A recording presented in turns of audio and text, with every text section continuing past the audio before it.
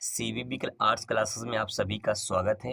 गृह विज्ञान के लिए बहुत सारे डिमांड आ रहे थे, तो मैंने सोचा एक शॉर्ट क्वेश्चन का वीडियो बना देते हैं। तो यहाँ पे लघुत्तरीय प्रश्न और अति लघुत्तरीय प्रश्न को हम लोग सॉल्व करने वाले हैं। कुछ इंपॉर्टेंट मैंने सेलेक्ट किए हैं, जो कि मैंने आपको बताया था पिछली वीडियो में। कुछ इंपॉर्टेंट फैक्ट, कुछ इंपॉर्टेंट क्वेश्चन जिसे आप उसे तैयार कर सकते हैं। तो यहाँ पे देखिए, पहला क्वेश्चन ये है, पर्यावरण प्रदूषण से क्या तात्पर्य है? पर्यावरण प्रदूषण के कारक बताइए। तो यहाँ पे कारक पूछ सकता है। यहाँ पे आपको ये समझना है कि क्वेश्चन ये भूगोल का भी है और यहाँ पे क्वेश्चन गृह विज्ञान में भी पूछा जा सकता है। प्रदूषण में 2 पॉइंट लिखेंगे। प्रदूषण इसको बोलते हैं pollution का अर्थ होता है खराब हो जाना। तो पॉल्यूशन या प्रदूषण का अर्थ होता है खराब हो जाना। दूषित पदार्थों से पर्यावरण को और उनमें रहने वाले जीव जंतु को नुकसान पहुंचाना ही पर्यावरण प्रदूषण कहलाता है। बहुत ही सिंपल वर्ड में आप समझना चाहते हैं तो इतना समझ लीजिए कि दूषित पदार्थ मतलब क्या? जैसे सड़े गले पदार्थ होते हैं, कूड़े करकट होते हैं, ये सब जिस क्षेत्र में इकट्ठा होंगे, कहीं न कहीं वहाँ से जो निकलने वाला उसका बदबू होगा, वो एनवायरनमेंट में जाएगा। एनवायरनमेंट दूषित होगा, एनवायरनमेंट में रहने वाले सभी जीव जंतु उनको भी नुकसान पहुंचेगा। ठीक है? तो कहीं न कहीं पर्यावरण प्रदूषण ज़रूर हो जाएगा। आगे देखिए, यहाँ पे पर्यावरण प्रदूषण के कारण में अगर आप ले सकते हैं तो क्या-क्या कारण है कि पर्यावरण प्रदूषण बढ़ता है? तो औद्योगिकीकरण है। जितने सारे इंडस्ट्रियल एरियाज़ हैं वो बनते चले जाएँगे, जितने सारी कंपनी लगती चली जाएगी, उससे कहीं न कहीं प्रदूषण निकलता चला जाएगा। कल कारखानों से जो निकलने वाले धुएँ होते हैं, चिमनियों से निकलने धुएँ होते हैं, परिवहन से जो निकलने वाले धुएँ होते हैं, ये कहीं न कहीं हमारे एनवायरनमेंट को दूषित करते हैं। कूड़े-करकट के ढेर जहाँ लगे होते हैं, उससे भी पर्यावरण प्रदूषण होता है। अत्यधिक जनसंख्या वृद्धि, जैसे-जैसे जनसंख्या वृद्धि होती रहेगी, उनकी आवश्यकताओं की भी वृद्धि होती रहेगी। तो जिससे आवश्यकता बढ़ेगी, आवश्यकताओं के कारण मानव क्या करेगा? एनवायरनमेंट को कहीं न कहीं दूषित करेगा। ठीक है? रासायनिक पदार्थों का जैसे-जैसे यूज़ ज़्यादा बढ़ रहा है, उसी प्रकार से कहीं न कहीं पर्यावरण प्रदूषण हो रहा है। तो इस तरह से बहुत इंपॉर्टेंट फैक्ट आप इसे ले सकते हैं। अगर क्वेश्चन पूछ लिया प्रदूषण किसे कहते हैं, प्रदूषण के प्रकार बताइए, तो आप बहुत अच्छे तरीके से उसको लिख सकते हैं। प्रदूषण के प्रकार में प्रदूषण के बारे में हम लोग पढ़ चुके हैं। तो देखिए, वायु प्रदूषण, ठीक है? वायु प्रदूषण में क्या-क्या है? वायु मानव के लिए आवश्यक है। अशुद्ध वायु बहुत हानिकारक होता है। वायु प्रदूषण के प्रमुख कारण में बात करें तो ईंधन का दहन करना। बहुत सारे ईंधन जलाए जाते हैं, तो कहीं न कहीं उससे भी वायु प्रदूषण होता है और साँस लेने में समस्याएँ होती हैं, बहुत सारी समस्याएँ हो जाती हैं। जीव-जंतु को मृत शरीर से भी बहुत सारे जो है वायु प्रदूषण, जैसे कोई जानवर का डेथ हो गई है, तो कहीं न कहीं उससे जो स्मेल आती है, वो कहीं न कहीं एनवायरनमेंट दूषित करता है।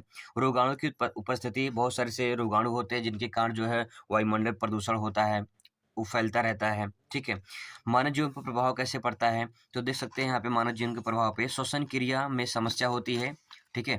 श्वसन क्रिया में समस्या होती है। CO2 की वृद्धि से फेफड़े का कैंसर, मानसिक विकार उत्पन्न हो जाते हैं। तो ये कुछ आप इम्पोर्टेंट फैक्ट लिख सकते हैं। विभिन्न प्रकार की बीमारियाँ उत्पन्न हो जाती हैं। वायु में मिले शीशे के कण, बहुत सारे से जो कंपनियाँ होती हैं, जो और बहुत सारे और इंडस्ट्रियल एरियाज़ होते हैं, वहाँ से जो वायु में शीशे कण जो मिले होते हैं, कहीं न कहीं उससे भी हमारा वायु प्रदूषण होता है। अशुद्ध वायु से त्वचा की बीमारी, आँखों और हृदय में रोग उत्पन्न करता है। तो आप इसको अच्छे से लिख सकते हैं, बहुत अच्छा इंपॉर्टेंट क्वेश्चन है। कुछ महत्वपूर्ण अति लघु उत्तरीय प्रश्न की बात कर लेते हैं यहाँ पे। संक्रामक रोग किन-किन माध्यम से फैलता है? इम्पोर्टेंट क्वेश्चन है, ध्यान रखिएगा। संक्रामक रोग किन-किन माध्यमों से फैलता है? तो आंसर हो जाएगा वायु, जल, रक्त और प्रत्यक्ष संपर्क से।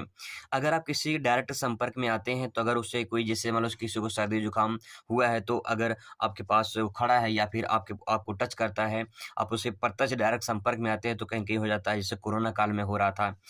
संक्रामक रोग किसे कहते हैं? तो आप यहाँ 2 लाइन लिख सकते हैं। जो रोगाणु के माध्यम से एक व्यक्ति अथवा प्राणी से दूसरे व्यक्ति प्राणी में पहुँचता है, ठीक है? तो कहीं न कहीं ये कह सकते हैं, जो संक्रामक रोग होता है, ये एक व्यक्ति से दूसरे व्यक्ति के माध्यम से जो है ये इसका प्रसार होता है, फैलता है। उन बीमारियों का नाम लिखिए जो बैक्टीरिया द्वारा फैलते हैं।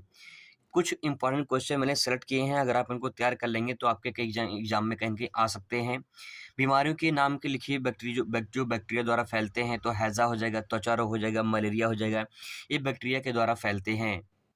अगला क्वेश्चन देखिए, मानव स्वास्थ्य एवं कल्याण हेतु कार्य करने वाले दो अंतर्राष्ट्रीय संगठनों के नाम लिखिए। इंपॉर्टेंट पॉइंट है कि मानव स्वास्थ्य एवं कल्याण हेतु कार्य करने वाले दो अंतर्राष्ट्रीय संगठनों संगठन में बात करें तो डब्ल्यूएचओ हो जाएगा, वर्ल्ड हेल्थ ऑर्गेनाइजेशन, विश्व स्वास्थ्य संगठन, और यूनिसेफ। ठीक है, यूनिसेफ, ये दोनों जो है अंतर्राष्ट्रीय संगठन है जो मानव स्वास्थ्य कल्याण के लिए काम करते हैं। आगे देखिए, जल द्वारा फैलने वाले रोगों के नाम लिखिए। तो जल द्वारा फैलने वाले रोगों के नाम में हैजा है, टाइफाइड है, पेचिस है, ये आप लिख सकते हैं इसमें। पागल कुत्ते के काटने से उत्पन्न रोग के 2 लक्षण बताइए। तो कुत्ते की तरह भौंकना, ये पहला लक्षण हो जाता है, और पानी से डर लगने लगता है, ये दूसरा इसका लक्षण हो जाएगा। आगे देखिए, कुत्ते के काटने के 2 प्राथमिक उपचार बताइए। घाव में पोटेशियम परमैंगनेट के चूर जो है वो भर देना चाहिए, इससे राहत मिलती है। रोगी को एंटी रेबीज के इंजेक्शन को पूरा कोर्स लगवा देना चाहिए। ये प्राथमिक उपचार इसका हो जाएगा, मतलब कि इसका जो है 2 उपचार हो जाएंगे। क्वेश्चन नंबर अगला देखिए, क्षय रोग से बचने के 2 उपाय बताइए। बीसीजी का टीका लगवाना चाहिए, पहला पॉइंट हो लिख सकते हैं इसमें आप। टीबी के रोगी के संपर्क में आने से बचना चाहिए। ये जो है क्षय रोग के बचने के 2 उपाय आप यहाँ पे लिख सकते हैं। उन बीमारियों के नाम लिखिए जो जीवाणु के कारण फैलते हैं, जैसे मलेरिया है, प्लेग है, रेबीज है, ये जीवाणु के द्वारा फैलते हैं। तो ये पॉइंट बहुत ही इंपॉर्टेंट है, इसको ध्यान रखिएगा। आगे है, आपदा का क्या अर्थ है। आपदा यानी कह सकते हैं विपत्ति का आना, अचानक होने वाली ऐसी विध्वंसकारी घटना जिसे जैविक और भौतिक क्षति होती है।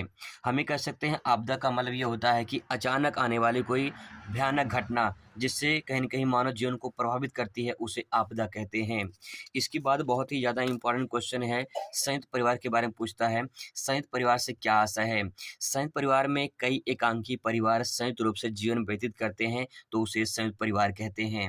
आप इसको 2 लाइन में लिख सकते हैं। संयुक्त परिवार का मतलब कि यहाँ पे एकांकी परिवार रहने से मतलब है।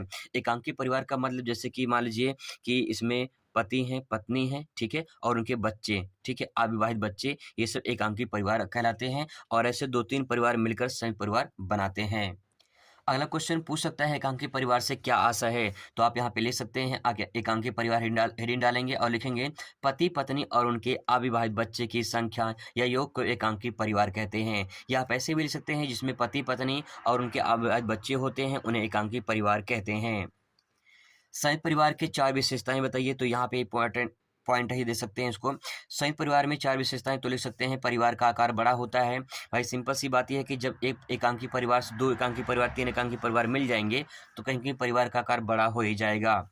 सामान्य संपत्ति, सामान्य संपत्ति का मतलब ये होता है कि जो उसमें जो भी 4 परिवार हैं, मान लो एकांकी परिवार है, चारों संयुक्त परिवार में मिलकर रह रहे हैं, तो उनकी जो संपत्ति होगी वो समान होगी, ठीक है। सामान्य निवास स्थान, एक ही स्थान पे उनका आवास बन जाता है। कर्ता यानी मुखिया का सर्वोच्च स्थान रहता है, जो मुखिया कहेगा वही सबको करना होगा। क्वेश्चन यहाँ पे पूछ सकता है, संयुक्त परिवार के गुण दोष लिखिए। तो आप इसको याद कर लीजिएगा, याद कर लिए होंगे आप लोग। एकांकी परिवार के 2 गुण दोष बताइए, तो ये भी आपसे क्वेश्चन पूछ सकता है। अगला क्वेश्चन है, व्यक्तित्व को प्रभावित करने वाले कारकों का वर्णन कीजिए, या व्यक्तित्व के प्रभावित करने वाले 2 कारक बताइए। तो यहाँ पे पर्यावरणीय कारक हो जाएगा और वंशानुगत हो जाएगा। व्यक्तित्व मतलब पर्सनालिटी, जो व्यक्तित्व जो जैसी जिसकी पर्सनालिटी मतलब रहती है, जो जिस वातावरण में रहता है उसकी वैसी ही पर्सनालिटी बनती चली जाती है। तो यहाँ पे पर्यावरण कारक हो जाएगा। वंशानुगत मतलब ये हो जाएगा कि कुछ ऐसे लोग होते हैं जिनकी पर्सनालिटी, जैसे डॉक्टर के बेटा हमेशा डॉक्टर ही होता है, क्योंकि उनके वंश में ऐसा, मतलब वंश क्या आ सकता है कि डॉक्टर का बेटा डॉक्टर ही बनता है। तो कहने तात्पर्य यह है कि जो पर्सनालिटी होती है वो कहीं वंशा के आधार पर होती है, ठीक है, जो वंश होता है उसी के आधार पर चलता रहता है। क्वेश्चन नंबर अगला देखिए, बाल विवाह के 3 कारक बताइए। बाल विवाह के 3 कारण में आप ले सकते हैं, एक तो धार्मिक विश्वास होता है, स्त्रियों की स्थिति निम्न होती है, अशिक्षा होती है, तभी बाल विवाह होता है। तो 3 पॉइंट आप इसमें लिख सकते हैं। बाल विवाह के गुण दोष लिखिए, ये भी क्वेश्चन आपसे पूछ सकता है, तो उसका आप ध्यान रखिएगा। हिंदू विवाह के 3 समस्याएं बताइए। तो हिंदू विवाह के 3 समस्या में ले सकते हैं, बाल विवाह पहली समस्या हो जाएगी, विधवा विवाह या पुनर्विवाह इसमें ले सकते हैं। दहेज प्रथा, ये बहुत ही इंपॉर्टेंट, दहेज प्रथा के बारे में आपसे पूछ सकता है। दहेज प्रथा के कारण बताइए, ठीक है, इसको आप ध्यान रखिएगा। अगला क्वेश्चन है, भारतीय समाज में विषमता के 2 कारण लिखिए। भारतीय समाज में विषमता का मतलब ये होता है कि भारतीय समाज में जो अलग अलग आपको कारण दिखाई देते हैं, तो उससे पीछे रीजन क्या है, सामाजिक कारण। समाज में अलग अलग का होना, और धार्मिक कारण, जैसे धर्म में हिंदू मुस्लिम सिख ईसाई होते हैं, तो उसी प्रकार से समाज में विषमता का मतलब अलग अलग होना दिखाई देता है। मैं पूरी कोशिश कर रहा हूँ कि ज़्यादा से ज़्यादा आपको क्वेश्चन कवर कर ले यहाँ पे। किस विटामिन की कमी से सूखा या रिकेट्स रोग होता है? विटामिन डी आप अब अच्छे से पता होगा आप लोग को। क्वेश्चन नंबर अगला देखिए, बाल मृत्यु रोकने के लिए कोई 2 उपाय लिखिए। बाल मृत्यु रोकने के कोई 2 उपाय लिखिए, तो इसमें स्वास्थ्य तथा प्रसव केंद्र की स्थापना, ये पहला पॉइंट हो जाएगा। परिवार नियोजन, परिवार नियोजन का तात्पर्य यही होता है कि हमें परिवार को बढ़ाना है, लेकिन योजनाबद्ध तरीके से बढ़ाना है, तभी परिवार नियोजन हो सकता है। बाल मृत्यु के कारण क्या-क्या हैं? आप इसमें पूछ सकते हैं क्वेश्चन में। तो बाल मृत्यु के प्रमुख कारण में बाल विवाह हो जाएगा, ठीक है। गर्भवती महिला को संतुलित पर्याप्त पौष्टिक भोजन ना मिलना, ये भी इसमें कारण हो जाएगा। और शिशु के निश्चित समय से पूर्व का जन्म लेना, ये भी बाल मृत्यु का कारण हो जाएगा। इसमें से आपसे क्वेश्चन पूछ सकता है, निर्जलीकरण से किसे कहते हैं, या निर्जलीकरण से क्या तात्पर्य है? पानी की कमी होना निर्जलीकरण कहलाता है। टीकाकरण के क्या लाभ हैं? बहुत सारी ऐसी बीमारियां होती हैं जो नहीं होंगे टीकाकरण से, तो ये लाभ हो जाएगा। बाल कल्याण का तात्पर्य क्या है? तो बाल कल्याण का तात्पर्य आपको इसको तैयार कर लेना है। अगला क्वेश्चन देखिए, हमारे शरीर में कितने प्रकार की ग्रंथियां पाई जाती हैं? तो ये बहुत ही इंपॉर्टेंट क्वेश्चन है, तो ध्यान रखिएगा। नलिका युक्त ग्रंथियां और नलिका विहीन ग्रंथियां, 2 ग्रंथियां हैं जिससे आपसे क्वेश्चन में पूछ सकता है। इसके बाद है स्वेद ग्रंथियां की स्थिति कार्य लिखिए, ये क्वेश्चन आपसे पूछ सकता है, इसको ध्यान रखिएगा। किन्हीं 2 उत्सर्जी अंगों का नाम लिखिए, त्वचा और वृक्क, इसमें लिख सकती हैं आप। इसके बाद निकट या दूरदृष्टि के दोष पूछ सकता है। रतौंधी रोग के बारे में पूछ सकता है, इसको भी आप याद कर लीजिए, याद कर लिए होंगे। इसके बाद अगला क्वेश्चन पूछ सकता है, तंत्रिका तंत्र के मुख्य भाग कौन-कौन से? ये क्वेश्चन बहुत इंपॉर्टेंट है। तंत्रिका तंत्र के मुख्य भाग कौन-कौन से हैं? तो केंद्रीय तंत्रिका तंत्र, अगर इसके पूछ ले भाग तो मस्तिष्क और रेणु रज्जु हो जाएगा, ठीक है। इसके बाद है परिधीय तंत्रिका तंत्र और स्वायत्त तंत्रिका तंत्र, ये 3 पॉइंट हैं जिसे आपको ध्यान में रखना है। अगला क्वेश्चन यहाँ पे देख लीजिए, मस्तिष्क के भाग लिखिए। मस्तिष्क में आप यहाँ पे पूछ सकता है, तो प्रमस्तिष्क हो जाएगा, अनुमस्तिष्क हो जाएगा और मज्जा सेतु हो जाएगा, तो ये 3 पॉइंट इसके आपके हो जाएंगे। और भी इसमें आप ले सकती हैं।